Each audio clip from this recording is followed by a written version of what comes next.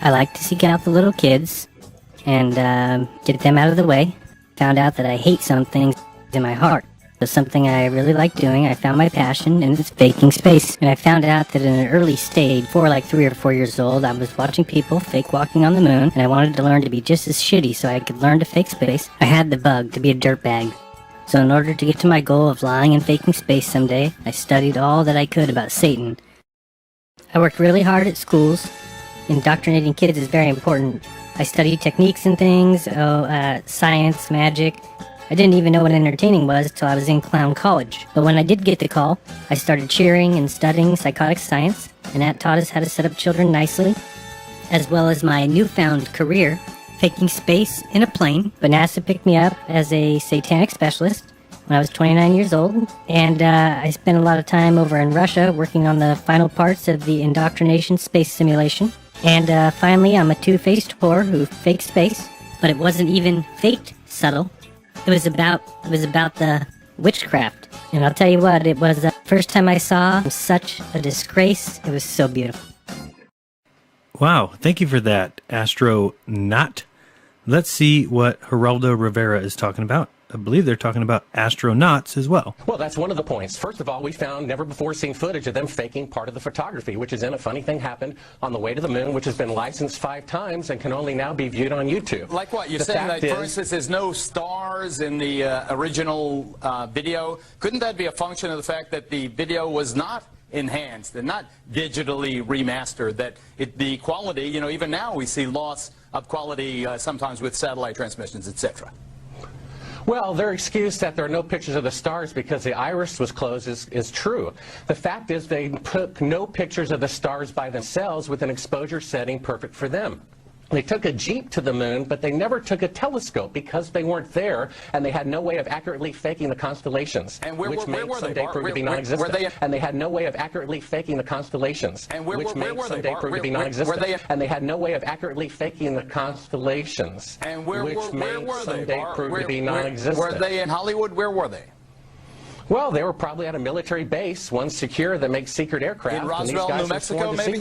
It could be. Well, you know, you say you're open-minded. I hope you got a chance to watch the film. No, dude, listen, I'm listening. Footage. I am absolutely listening. But let me bring in someone to help you. Have you seen the movie? I haven't. I don't go to the movies very often, and that's not the top of my list. No, the DVD of the fake photography. Oh, I haven't. But we'll show everybody whatever we have. Let me bring on someone to assist you. My next guest, Aaron Rainin, started out believing the official version of history, which is what I and most people believe. When he heard about the erased NASA tapes 5 years ago, he also became suspicious that the United States had engineered what essentially was a gigantic hoax as Cold War propaganda to scare off the Soviets. Aaron, you know, tell us why you have changed your mind and now become a skeptic. Sure. Thanks for having me on, Geraldo. I really appreciate it. Well, let me first clarify. I was paid by the state of Ohio in 1999 to spend a year trying to prove we actually landed on the moon. I was paid by the state of Ohio in 1999 to spend a year trying to prove we actually landed on the moon. And I was a total believer, Geraldo. Wait. You were paid with taxpayer money from the state of Ohio? The state of Ohio. Yep, who was the governor? Another issue, but go ahead, tell us more. Anyway, so I took a year and I traveled across the country, and folks, I've actually posted it on YouTube. It's called Did We Go? And the challenges, Geraldo, everywhere I went, it was just amazing. Moon rocks falling in Antarctica, Neil Armstrong's silence. But I was the first to report, and you played the clip earlier tonight, that all the science data, the telemetry data was missing. Now, Geraldo, for NASA to come out and say that all the tapes were erased, I mean, it's incredible. Geraldo, this isn't just one tape. This is rooms of tape labeled Apollo 11 moon landing. Someone had to physically go and erase it. And it just, you know, I really, in my heart, Geraldo, I want us to go. And I know all your viewers want us to go. The challenges in trying to prove we landed on the moon are great, and I hope we landed on the moon, but come on, Geraldo. Okay, let me bring us back down to earth, folks. We're also joined in L.A. by Bill Nye, the science guy. Bill's an educator, engineer. We trust him. He contributes to The Skeptic magazine, which might be appropriate for this topic. But Bill, Aaron's right about erasing these tapes. I mean, I don't believe for a second that we faked this thing, but how in the world do you erase the tapes of the most historic event in 2,000 years? I mean, it's not like it was a bar mitzvah. You know what I mean? So let me start with this. What tape are you showing if all of the tapes were erased? Well, they lost them for 5 years. No, they found them in the files, they said, in Australia, and they're enhancing those. I mean, it seems, you know, it gives I can clarify that if you want. No, okay, it's my turn, kids. Okay. So what happened apparently is they lost one tape. Science is a liar sometimes. So what happened apparently is they lost one tape. And it was in Australia, which is part of the Deep Space Network, the DSN. And this is these are NASA tapes, literally on the other side of the world from headquarters. One of them got misplaced. People believe quite reasonably that this tape was especially high quality, and it got lost. Stuff happens. It's 40 years ago. It does not in any way qualify as evidence that NASA faked it.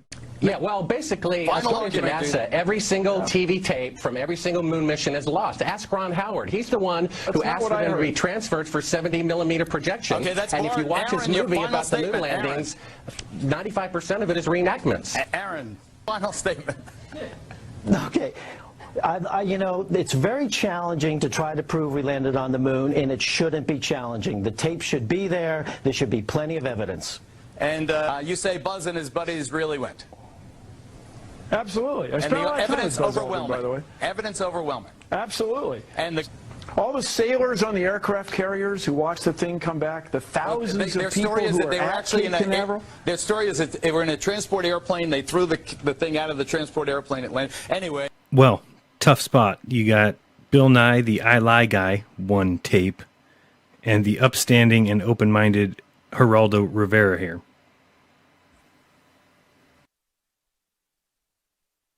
The tapes were definitely searched for. Between 1979 and 1985, over 140,000 tapes from NASA were returned to NASA, and from there, no one knows. Those 140,000 tapes were in 2,612 boxes, and 13,000 of those tapes were from Apollo missions 11 and earlier. NASA says that those tapes were reused because of a 1980s data tape shortage.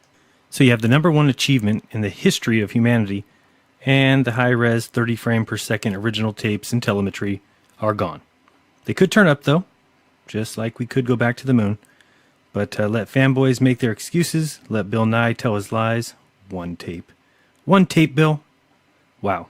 Nevertheless, please check your garage. We are currently looking for 2,612 boxes, each holding about 50 reels. Now, if you want to know my opinion, well, let's go back to the early MTV days, maybe 1983. The Eurythmics. You'll see the Saturn V in the background, the Apollo 11 craft, and the good old globe, because sweet dreams are made of this. Because in reality, people don't go to the moon. The Eurythmics knew. You still behind the times?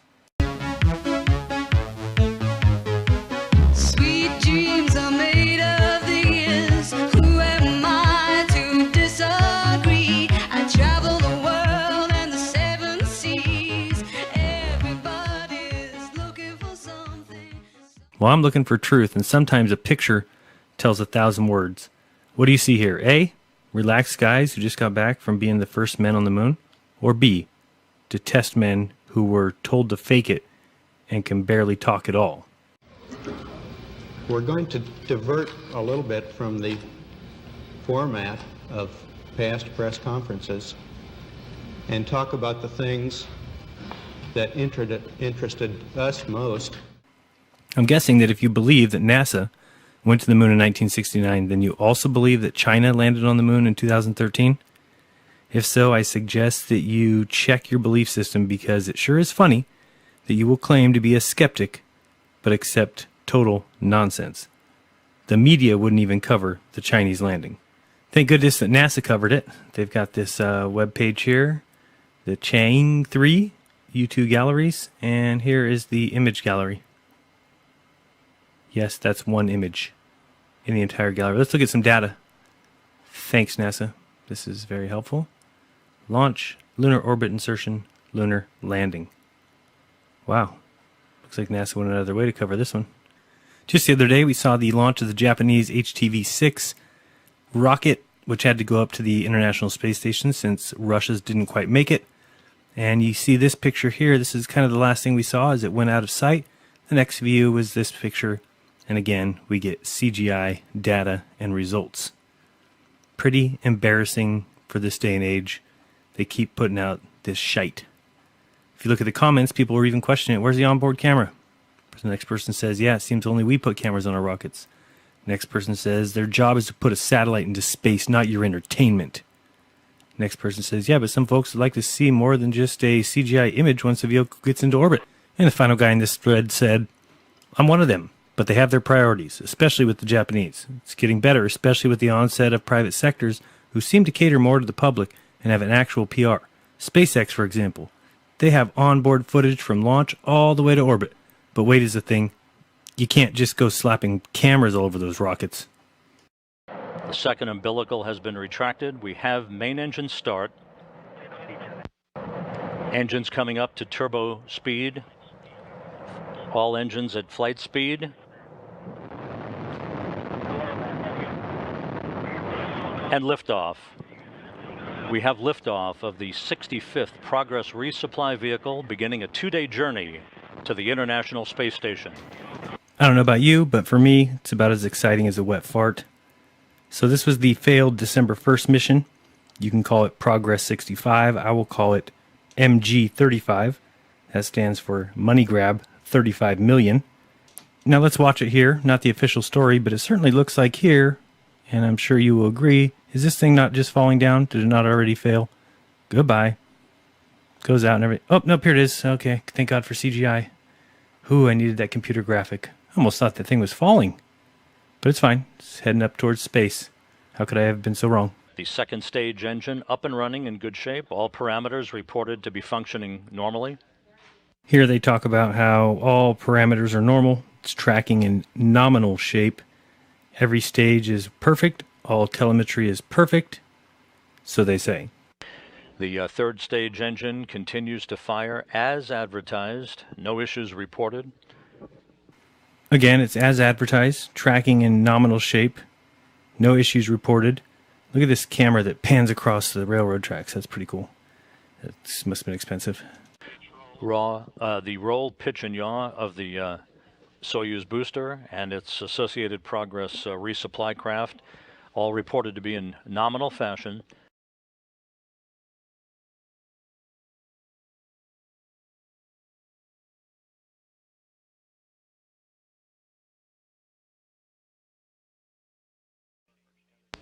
Telemetry being received at the Russian Mission Control Center in bits and pieces, indicating that the navigational antennas on the Progress have deployed. We're still standing by for confirmation that the solar arrays deployed. A statement from the Russian Space Agency says the ship was lost as it flew some 190 kilometers over southern Russia. Let's find out more about what happened. Tom Sater is here to explain. So what in the world happened that they lost this capsule? Yeah, just after 6 minutes. Now, the cargo supply today, besides food and supplies, was also carrying with them some new and improved spacesuits for spacewalks, a greenhouse for experiments and maybe growing some food, a new waste management system, all Progress failures. This video comes from the malfunction back in May of 2015 when it was not able to gain control from this orbit. And of course, they just spin like this and sometimes burn up. So again, it never made it into its orbit. You can track the... You certainly would, wouldn't you? I mean, it's not like humans ever die in these launches. Just a normal launch to the ISS, but the time that we've got a bunch of supplies and a rocket insured for $35 million, it goes missing. Which doesn't even make sense. The Soyuz has 3 compartments. 2 of them burn up in the atmosphere on the way back. One of them allows 3 people, 3 human beings, to come back, land in a remote field in Russia where it's protected by the military and there's no cell service. Yeah, no admittance for anybody. Nothing funny to see here. Keep moving, folks. Move along. No money grab here. Anyway, the rocket's lost. So they say, even though it looked to me like it went up and came right back down. Who knows? Who am I? Who am I to... Stop that, please. Well, I don't know the cost of this whole rocket thing, but I do know it's insured for $35 million. So somebody's getting paid, and it ain't me. Okay, so at this site, which is a NASA.gov site called Survey, scientists have unveiled a plan for a lunar base. Equipped with a dome so you can always see Earth, brilliant idea, and an emergency underground shelter and individual working and sleeping units per employee. Pretty sweet. And it will be built in the year 2050. It's 33 years away. Yeah, that's a good planning date, all right. In 2050, I'm going to go to my Aunt Loretta's for Thanksgiving. What about you guys? What? No plans for 2050 yet? Oh, because you're not crazy fools playing make-believe. Gotcha. Just imagine, we need $1 million from each of the countries per year so that we can long-term plan this.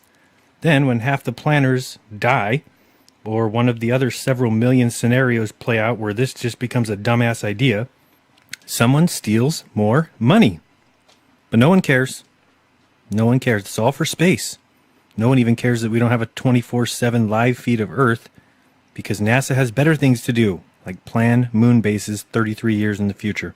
Between 26 nations, even though only one nation has quote-unquote sent anyone there. Wow. This is ridiculous. In a related story, NASA says they'll be back on the moon by 2020. And if you thought it was funny watching them pop that rover out of the homeless tweaker shelter, now let's see them get this thing out of there. That should be comical. 2020 NASA? Sure.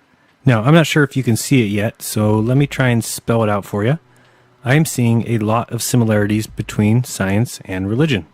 So I want to see if you see the same thing. So let's take a look at the similarities and obvious connections that one can draw between science and religion. And if you're asking, I am for neither. Obviously, both have clear signs of being completely and totally corrupted by men.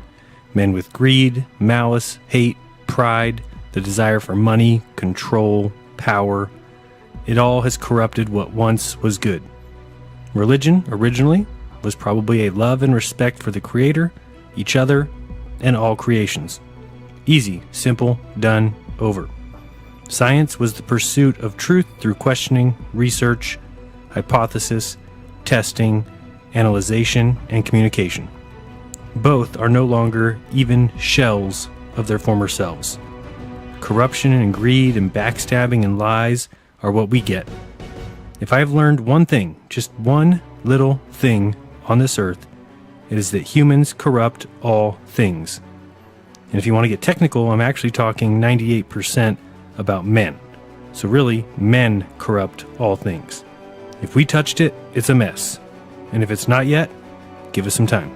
Yeah, so other things I see are like excuses. Both groups make excuses. Religious for their priests or any kind of corruption that's going on in the church. Same thing with science when there's anything going wrong in a peer-reviewed paper or with evidence fudging. Or even the case with the bunch of pedophilia and kiddie torture that was found by people who worked at NASA who purchased it with their PayPal or their credit cards. And last time I checked, I think only a few of them were even reprimanded, and we'll never know their names. They were protected. Faith, in both, you got to have faith. You got to have faith in the book if you are religious. You got to have faith in the men if you are scientific. As far as tithing in the church, they ask you for 10%. With NASA, you are required to give them your money. Education in churches, you can pay for it if you'd like your child to get a religious education. By sending them to public school, you are getting your religion taught for free. That is the religion of scientism, the religion of NASA. As far as origins in churches, creation is usually taught alongside evolution. Yes, it's heavily favored towards creation. On the other hand, you've got in schools, in public schools, you've got one way being taught, and that is evolution. The other one is considered idiotic. How about high priests? You got your high priests in religion, obviously, and at NASA and in the scientific world, you obviously have your high priests as well, your Neil deGrasse, your Bill Nye, your Richard Dawkins. How about dogma? Religion obviously has its foundations, its beliefs, its dogmas that are set by an authority. And then you've got NASA and science, who also has foundations, dogmas, and beliefs. While you may call them truth, one day you may see that you've been wrong about that. And then you'll notice that you followed a religion that you thought was the truth. An example of that may be the spinning Earth or the non-centrally located Earth. Both things have never been proven, however they are mandatory dogmas for the religion of scientism. Excommunication is in both camps. In the religious world, you will get kicked out and ostracized for questioning the dogmas or trying to bring change. At NASA and with science, the same thing. If you think you can get away with submitting a paper that says that relativity is wrong, then you don't understand science or the men in it. We got graduation. In religion, they graduate their high priests, those who take the required classes or go to the seminary. They become the deacons, the bishops, the cardinals, and so on and so forth. In science and NASA, of course, you have your professors and your PhDs, and those are the ones who graduate with the required classes and become teachers, professors, etc. And they basically memorize the dogmas. They don't go out and investigate. They don't go out and research. They don't go out and observe. The ones with the PhD are the ones who memorize the text the best. Next, we got devils. Religion obviously says that anything coming from outside is from the devil. NASA and science says anything coming from outside is a conspiracy theory. It's nonsense. It's of the imbecilic, science-denying populace. Next, we got justification. The Bible believers justify all of God's works. Everything that he does in the Bible is completely fine by them. Science justifies all the things that science does. Doesn't matter what, it is justified. How about the miracles? We've got a man who walks on water, and we've got man that walks on the moon. Both are miracles, both cannot be seen, both probably never happened. How about the mythical? They've got the angels and demons on the religious side and the dark matter and dark energy on the science side. How about the holy texts? We've got the Bible on one side and we've got Newton's Principia on the other. We've got the martyrs. Jesus Christ was hung on the cross. Giordano Bruno was burned at the stake. We have prophecy in both camps. Religion, it's done by the prophets, and in science, it's done by the models. We've got our miraculous events, like in religion, water into wine. In science, rockets into space. How about another one? Religion, they've got heaven and life ever after. Science, Mars, and life on Europa. Basically the same thing there. Religion, people are all sinners. Science, all people are dumb. In religion, God works in mysterious ways. In science, gravity works in mysterious ways. In religion, we have that people say you have to trust that people saw Jesus rise from the dead, and that he did walk on water, and that he did raise the dead. In science, you have to trust that Cavendish really did do some stupid experiment in a shed with some lead balls. All right, let's quickly discuss one of the fundamental beliefs of both science and religion.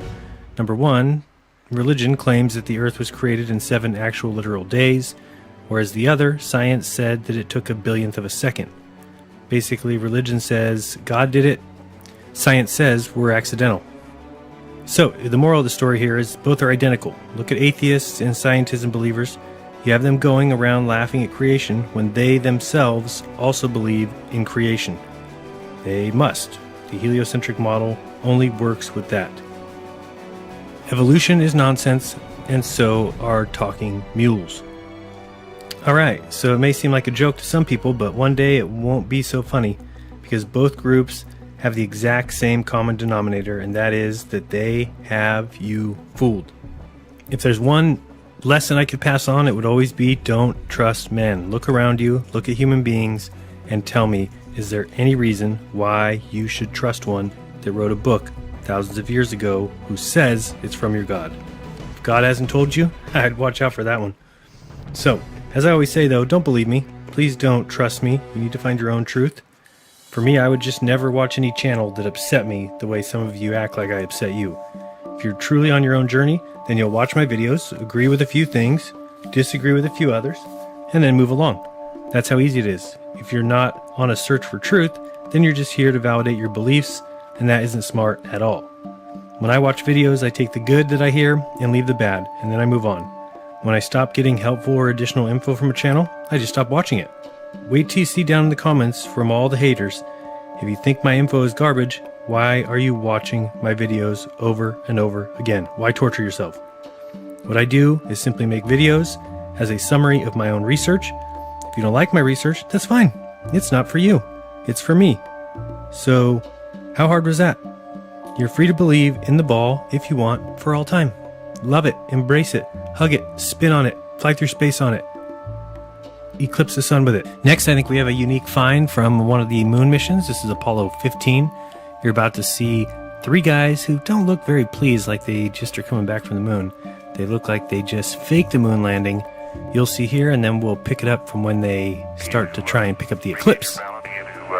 Regain your balance and go ahead. And I have a question. Do you want to have the photos of lunar eclipse with a television now, or do you want us to get on with the camera photos? Because if that's the case, we have to turn the lights out in here.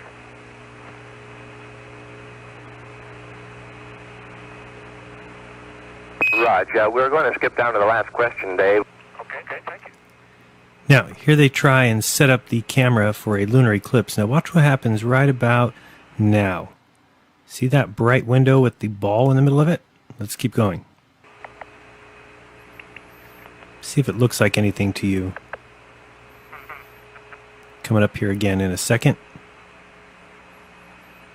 What could that possibly be? They're in the spacecraft. They're nowhere near the Earth. We got a big white blotch with a little silhouette circle in the middle. Let's continue.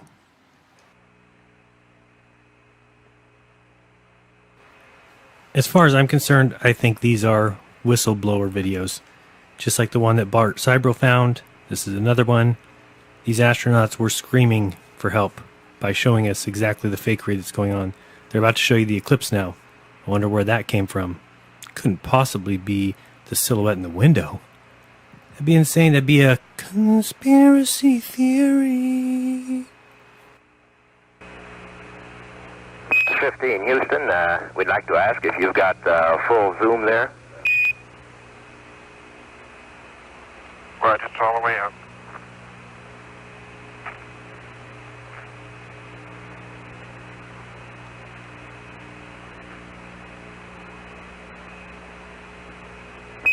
Could you please give us ALC to peak? Oh, I think we are. Just stand by one. So, it is truly time to wake up and look at the signs that are everywhere, including this video right in front of you. Because maybe you don't realize yet that 400 years ago, some mathematicians got together and concocted a very, very large deception. Okay, it's bigger than very, very large. It's the biggest ever. Did you know that until around 1700, the term mathematics meant astrology? And from 1500 to 1800, the term basically changed over time. Because you see, math with the axioms must correspond to reality. It does not prove reality. If they do not, then they are only as good as the model they stem from. So the astronomy works on paper. The sun at 93 million miles works mathematically. But does it respond and reflect reality? Well, good thing we have science. But if the scientific method has been skipped or hasn't been applied at all, then we are stuck with a false foundation and a large team of science professionals who will fit every single observation and discovery into that faulty system. The only other choice they have would be to admit that they were wrong. And believe me, Neil deGrasse is never going to admit that he was wrong. And not just wrong, but wrong all along. And not just wrong all along, but terribly, stubbornly wrong. Teaching what is false as truth. Arguing on behalf of deception, and calling those who questioned it, those who were skeptic about things being purported as fact, are called idiots, when it was their religious dogma that was to blame. Okay, and in indoctrinating news, Richard Branson back in the news, and the article reminds us of one of the many people who have already paid the $1.5 million to secure a seat on Branson's spaceplane. He's not the only one. Over 400 people have already paid that price. So we keep waiting. Will it become reality, or will people ever wake up? Sad thing is that they love the lie too much. What do I mean by that? Well, look at the people who talk about Mars. That's how indoctrinated they are. A place where we can't live because we can't breathe, with nothing you can eat, with nothing you can drink, and it takes 8 months to get there, and people are lining up and losing their minds because somebody says we might be going. That is crazy. Branson's website actually says that it's had 700 signups all at $250,000 each, and you've got to pay for it up front. And you don't think people love this lie so much that they're handing money over to people who are going to steal it from you? Or do you think this plane is going to go to space? Let's watch it here in its test. In 2014, the co-pilot crashed and died. So this is kind of Virgin getting its wings to fly again. So let's see how many people went to space and how was weightlessness. Let's see. Oh, what happened? It looks like it's just falling down. And people are excited over a falling glider. Here comes the glider. Yep. This is newsworthy. Where do I sign up for the $250,000? Is there a website I go to? Because this thing's about to happen. They're one step away from going to space. I mean, how can anybody question this? Where do I sign up? When are they going? Tomorrow? The next day? They just dropped a plane out of the sky and it landed. Could have done that in 1920. Next we have Bill Nye giving a public service announcement about an idea of throwing our trash out into space. Hey, look, there goes the ISS. Now, one thing I really want your generation to embrace is that the Earth is a closed system. We cannot leave the Earth. There's no place to go. There's no place to throw your trash. And I wouldn't be surprised if maybe not you, but your kids develop ways to mine our landfills. We throw away so much valuable stuff right now, especially raw materials. I may be wrong, of course, always may be wrong, but I wouldn't be surprised if that turns out to be economically reasonable. Let go of the idea of throwing stuff off the Earth. It's just too easy a solution. Yeah, burning up things in the atmosphere is just too easy of a solution because it doesn't exist. Is the Earth flat or round?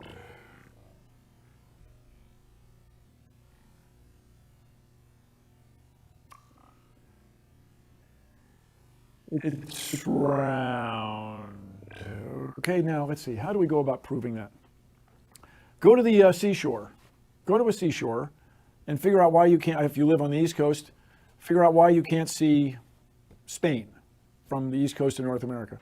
This is a scientist who's never heard of smog, fog, mist, dew, haze, smoke, steam, moisture, air, rain, fog, sleet, wind, clouds. If you'd like, look at pictures from space where you see the Earth as a sphere. Those pictures are not faked. And I'll tell you just, if nothing else, here's why you can tell they're not faked. Oh, thank goodness. Here comes our scientific thought of the year. Why are they not fake, Bill? Just to create the paperwork that NASA has created, in NASA in this one case, just the paperwork to send anything out in space, to send people into orbit or to send them to the moon. That amount of paperwork would make faking it prohibitively expensive. No one could afford to generate that much documentation. But wait, they already paid. They've already got them. And you guys, come on. And you guys, come on. And you guys, come on. Everybody watches newscasts. You all use mobile phones. You all see airplanes fly around. Navigation's changed the world, by the way. What are you wearing? You're wearing stuff that came from another part of the world on a ship. It didn't get here by magic. It got here through science. Yeah, talk to me about your science. How can someone say that the amount of paperwork that is needed to really send people to space is so much that someone who is making the same amount of money but not spending it on actually going to space would not be able to afford to fake the paperwork? Did I just break the internet? I think you broke it. That's dumb. But it would be harder. It would say people think it was actually hard to get to the moon. Yes, it was hard, certainly, but it would have been way harder to hoax it. Okay. Yes, today. What did you say? What? It's harder to, in a studio, 248,000 miles. Oh boy. I can't just, if there were ever a state secret that the government wanted to keep, it would be the behavior of President Clinton's genitals, okay? But that got out. That got out. And only 3 people knew this. 3. All right? You're going to hoax a moon landing by telling 10,000 scientists and engineers to keep it secret for 40 years? That's not how humans behave. Nor is it how hoaxes happen. You know, you guys with this whole, oh, they couldn't keep a blowjob a secret, is just mind-boggling. Do you really think that conspiracy theories are all just garbage? Why don't you look at one of the U.S. Supreme Court justices during the FDR administration, Felix Frankfurter, said the real rulers in Washington are invisible and exercise power from behind the scenes. How could they do that? You mean there's people colluding together behind closed doors that may not tell us all the truth? That sounds like a conspiracy theory. Can't possibly be the truth. All right, and speaking about conspiracy theories, let's get on with our final thought about stars in space. Let's get to the bottom of this.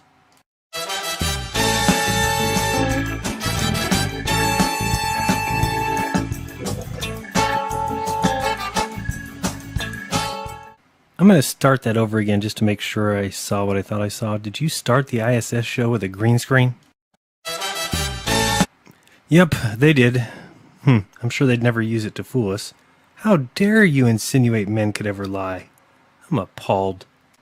Alrighty, we're going to get to the bottom of this. Can you see stars from space? First up, Don. Well, then you got Alik Pettit and Mike Massissimo. Watch these two and you decide. Are these two men honest? After that, we're going to hear some others, and we will get our definitive answer. Here goes. Whilst From in Mark space, Cameron. This is from Mark Cameron. Whilst in space, have you ever looked away from Earth into the black void? Yeah. All because the you time. can see. Because you can see the stars. Oh yeah. You know, and pretty much all the time you can see the stars. Yeah. It's not which a is the black cool void. thing. I mean, it's black, but there's all kinds of little polka dots. There's all the stars there, and the cool thing is about you can see it during the day. Yeah, you can, and there's more than stars. You can see planets. You can see moons. You see the gas. Magellan clouds of the Milky you Way see galaxy. the Magellanic clouds. Magellanic. See, I just wanted the Magellan there's a large clouds. one I didn't and want a to small one, right? Yeah. And then you can see the zodiacal lights. Whoa. Those are amazing. Right before the lights sunrise. of the zodiac. The lights of the zodiac. The zodiacal lights. Okay, you can see those. Which are and what? Then you Explain can see those the to upper. us. Oh well. I mean, I know what they are, but explain it to the audience. It's this vertical column of fuzzy glow that comes up perpendicular to the horizon shortly before the sunrise. Every time? No, it depends on the viewing angle and such. Not every time, but if the viewing conditions are right, you see this big fuzzy glow that goes way up high, maybe 30 or 40 degrees above the horizon, perpendicular to the horizon. And it's this fuzzy glow. It's a zodiacal light. But one thing to add to this, I think, which is kind of interesting about being able to look into the black void, is that we can't do that when the sun is out here on Earth. And it's not because the sun is so bright. It's because this atmosphere. Right? The light comes through the atmosphere and refracts, and we see blue. It scatters. We see blue. Scatters. So what we see is we see the blue color because the way the light gets bent. Was it only the scattered, but it's the wavelength of the light that penetrates. Yeah, it's 1 over lambda to the 4. Right, and that's the blue light. Really so blue light is what, the low wavelength or the high wavelength? Low wavelength. Okay, so only the low wave. Yeah, the short wavelengths get scattered. And that's why we see blue. More than the long wavelengths. Right. Here's another one. All right, we'll be keeping track so that we can get a definitive answer here. So far, we've got Mike and Don both say yes, you can see the pinpoints of starlight from space. Who's next? And when you're in space and you're looking into deep space and you're on the sun side of the orbit, the sunlight washes out all the starlight, so you can't see any stars, just like here on Earth. All right, that's Leroy. He's a no. We were never able to see stars from the lunar surface or on the daylight side of the moon by eye without looking through the optics. The sky is a deep black when viewed from the moon, as it is when viewed from cislunar space, the space between the Earth and the moon. The sky, of course, was black, but it had sort of a velvet sheen to it. The biggest visual surprise was just how black the sky was. You have a brilliant sun, brighter than any sun you normally would see, even here in New Mexico. You have these extraordinarily high mountains. We were in a valley deeper than the Grand Canyon. But then you have this black sky, a sky blacker than black. When you look out into deep space away from the sun, it's the darkest black you can imagine. Just the inherent beauty of it, the velvet, bottomless bucket of the universe.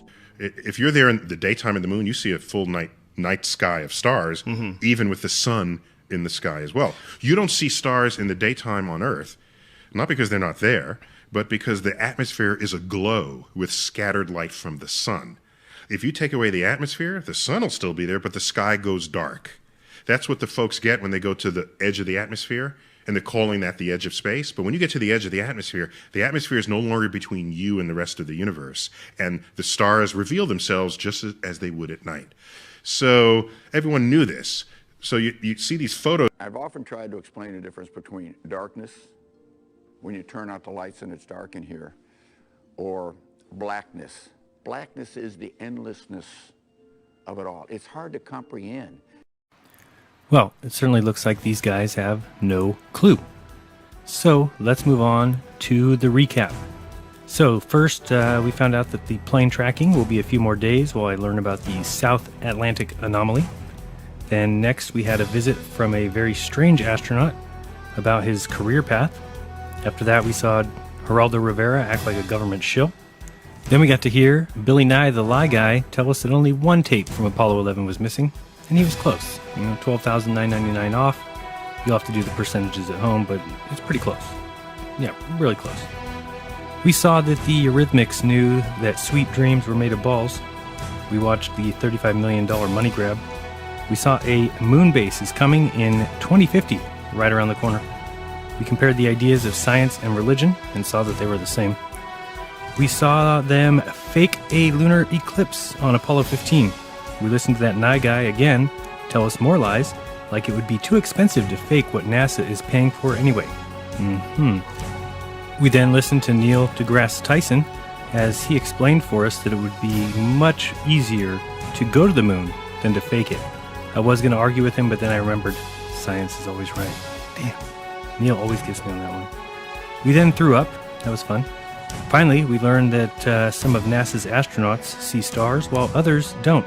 So obviously, none of them have ever gone anywhere. Well, Buzz has been to Antarctica, and Neil has been to Wendy's. Don Pettit looks like he's been to jail, but I'm not sure.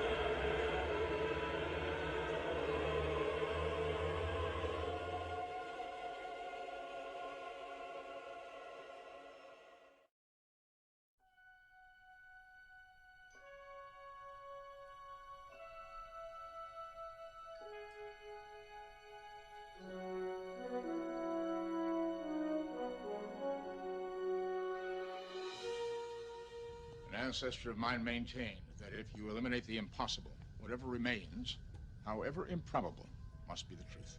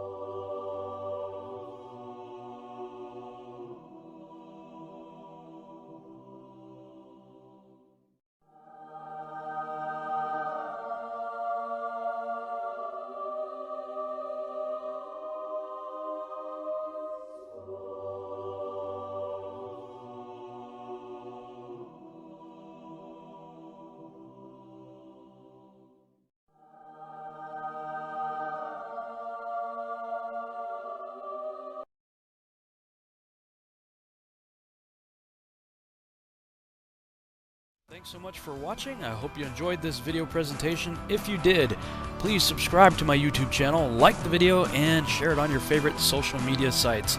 There's a lot more to come, so stay tuned and we'll see you back next time.